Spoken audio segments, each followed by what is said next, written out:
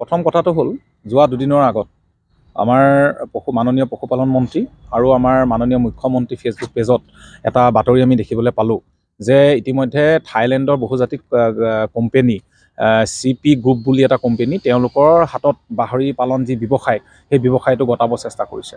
আমি এই কথাটো প্ৰথমে আমি প্ৰতিবাদ কৰিছোঁ, কাৰণ কথাটো হৈছে কি, আমাৰ অসমখন হ'ল আমাৰ গাহৰি পালন যি ব্যৱসায়, এই ব্যৱসায়টোৰ লগত আমাৰ প্ৰতিটো জাতি জনগোষ্ঠী জড়িত হৈ আছে।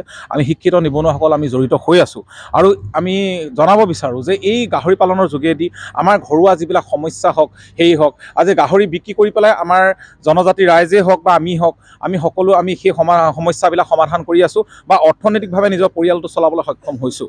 আজি আমি শিক্ষিত নিবনুৱাসকলে চাকৰি বাকৰি পোৱা নাই যদিও আজি গাহৰি পালনৰ যোগেদি নিজে এটা উদ্যোগৰ নিচিনাকৈ আমি কাম কৰি পেলাই দুপইচা অৰ্জন কৰিব পাৰিছোঁ। কিন্তু এই ক্ষেত্ৰত যদি আমি যোৱা সময়ছোৱাত দেখিছোঁ যে ব্ৰইলাৰ পালনৰ দিশটো যদি আমি লৈ আনোঁ, যে প্ৰথমেতো আমাৰ শিক্ষিত নিবনুৱাসকলে ব্ৰইলাৰ পালন কৰিছিলে নিজাববীয়াকৈ, কিন্তু যেতিয়াৰ পৰা আমাৰ কোম্পেনীবিলাক আহিবলৈ ধৰিলে, তেওঁলোকে নিজে দানা উৎপাদন কৰে, পোৱালি উৎপাদন কৰে, তেওঁলোকৰ তৰফৰ পৰা সেই বস্তুটো কি হ'ল, প্ৰাইচটো তেওঁলোকে ঠিক কৰি দিয়ে আৰু লাষ্টত আমি শিক্ষিত নিবনুৱাসকল আমি তাৰ পৰা আঁতৰি আহিবলগীয়া হ'ল আৰু গোটেই মাৰ্কেটখন ডাঙৰ কোম্পেনীৰ হাতলৈ গুচি গ'ল।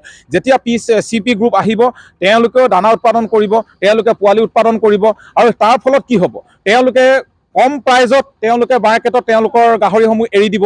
আমি বাহিৰৰ পৰা দানা খুৱাই পেলাই, দানা কিনি আনি খুৱাই পেলাই আমি সেইটো প্ৰাইজত এৰিব নোৱাৰিম। লাষ্টত আমি এই গাহৰি পালন ব্যৱসায়টো বন্ধ কৰিব লাগিব আৰু পেটত গামোচা মাৰিব লাগিব। গতিকে এনেকুৱা এটা হঠকাৰী সিদ্ধান্ত যদি হয়, তেন্তে এইটো অসমৰ ৰাইজৰ বাবে সকলোৰ বাবে এটা ভয়াৱহ অশনি সংকেত কঢ়িয়াই আনিছে। গতিকে আমি মাননীয় মুখ্যমন্ত্ৰীক আমি সদৌ অসম গাহৰি পালক সন্থাৰ তৰফৰ পৰা এই ক্ষেত্ৰত দাবী উত্থাপন কৰিছোঁ। আমি অনুৰোধ জনাব বিচাৰিছোঁ তেওঁলোকে যেন এই বিষয়টো পুনৰ বিবেচনা কৰে, সদৌ অসম গাহৰি পালক সন্থাৰ লগত এবাৰ আলোচনাত বহে, তেওঁলোকে সময় দিয়ক, আমাৰ প্ৰতিনিধিসকলৰ লগত আলোচনা কৰি পিছৰ পৰ্যায়ত কি সিদ্ধান্ত ল'ব পাৰে তেওঁলোকে সিদ্ধান্ত লওক। কিন্তু এই যিটো ডিচিশ্যন, এই ডিচিশ্যনটো আমি কোনোপধ্যে মানি নল'ম, কাৰণ এই খবৰটো পোৱাৰ পিছতে আমাৰ চকু টোপনি নাইকিয়া হৈছে, পেটত ভোক নাইকিয়া হৈছে। এই কথাটোৰ পৰা আমি জীয়াটো ভুগিব লাগিব। অসমৰ অৰ্থনীতি মানে আজি প্ৰায় 10 লাখৰ ঘৰত আমাৰ নিবনুৱা সংস্থাপন হৈ আছে। এই মাৰ্কেটখন নৰ্থ ইষ্টত 10,000 কোটি টকাৰ মাৰ্কেট হয়। এতিয়াও আমি কৰিবলগীয়া বহুত আছে, চৰকাৰেতো কৰিবলগীয়া আমাৰ কাৰণে বহুত আছে, কৰিব পৰা নাই, আমি সেইখিনি বাদ দিছোঁ, তেওঁলোকে নকৰিলেও নাই, সেইখিনি আমি চাই ল'ম। কিন্তু আমি এটাই আহ্বান জনালোঁ যে বিদেশী কোম্পানী, বহুজাতিক কোম্পানীক যাতে অসমৰ থলুৱা গাহৰি বজাৰখন মানে গতাই দি পেলাই আমাক যাতে অপমানিত নকৰে, আমাৰ পেটৰ ভাত মুঠি যাতে কাঢ়ি নিনিয়ে, সেইটোৱে আমি তেওঁলোকক জনাইছোঁ আৰু ইয়াৰ আমি তীব্ৰ প্ৰতিবাদ কৰিছোঁ। সন্থাটো হৈছে সদৌ অসম গাহৰি পালক সন্থা। আমি হৈছোঁ যোৰহাট জিলা গাহৰি পালক সন্থা। আমি আমাৰ অসমত 36খন জিলাৰ ভিতৰত 36টা আপোনাৰ সংগঠন আছে। সংগঠন মানে আমাৰ গাহৰি পালক সন্থাৰ অসমৰ লগতে গোটেইখিনি জড়িত। আমাৰ ক'বলগীয়া এটাই কথা হয় যে আমি নিজেই এটা উদ্যোগ, আমি যেনেকৈ গাহৰি উদ্যোগটো যেনেকৈ আমি নিজেই কৰি পেলাই আমি আগবাঢ়ি নিছোঁ।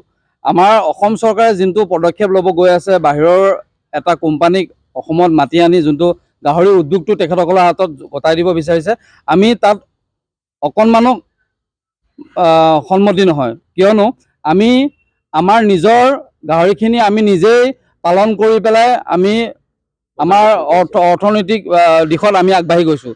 কিন্তু আমি আমাৰ চৰকাৰে কৰিব লাগিছিলে কি, কৰি আছে কি, তেখেতসকলে কৰিব লাগিছিলে যে আমাৰ উদ্যোগটো কেনেকৈ আৰু উন্নতগামী হৈ যাওক, সেইটো হিচাপে আমাক অকল সকাহ দিব লাগিছিলে। যেনেকৈ আমি তেখেতসকলক আগতে কৈ আছিলোঁ যে আমাক বাহিৰৰ পৰা উন্নত মানৰ আপোনালোকে গাহৰি আনি দিয়ক আৰু আমাক বেংকৰ পৰা আমি ছাবচিডি দি পেলাই লোন দিয়ক, তেতিয়া আমাৰ পালকখিনি উৎসাহিত হৈ আৰু দুগুণ প্ৰচেষ্টাত আমি উন্নতি কৰি যাব পাৰিলোঁহেঁতেন। কিন্তু তেখেতসকলে যোনটো বাহিৰৰ গ্ৰুপ আনি ৰঙা দলিচা অসমত পাৰি দিছে, এইটো আমি কোনো পধ্যেই মানি নলওঁ। আমি ইয়াৰ প্ৰতিৰোধ কৰিম।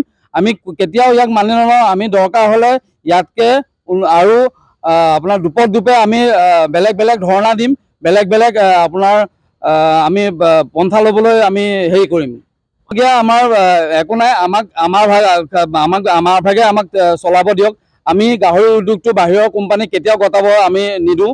আমি আমাৰ নিজৰ পন্থাই আমি কেনেকৈ কৰিব লাগে অনতিপলমে আমাৰ সন্থাই আমি ডিচাইড কৰিম। আমি কেনেকৈ তেখেতসকলক প্ৰতিবাদ কৰিব লাগে আমি নিজেই হেৰি কৰিম।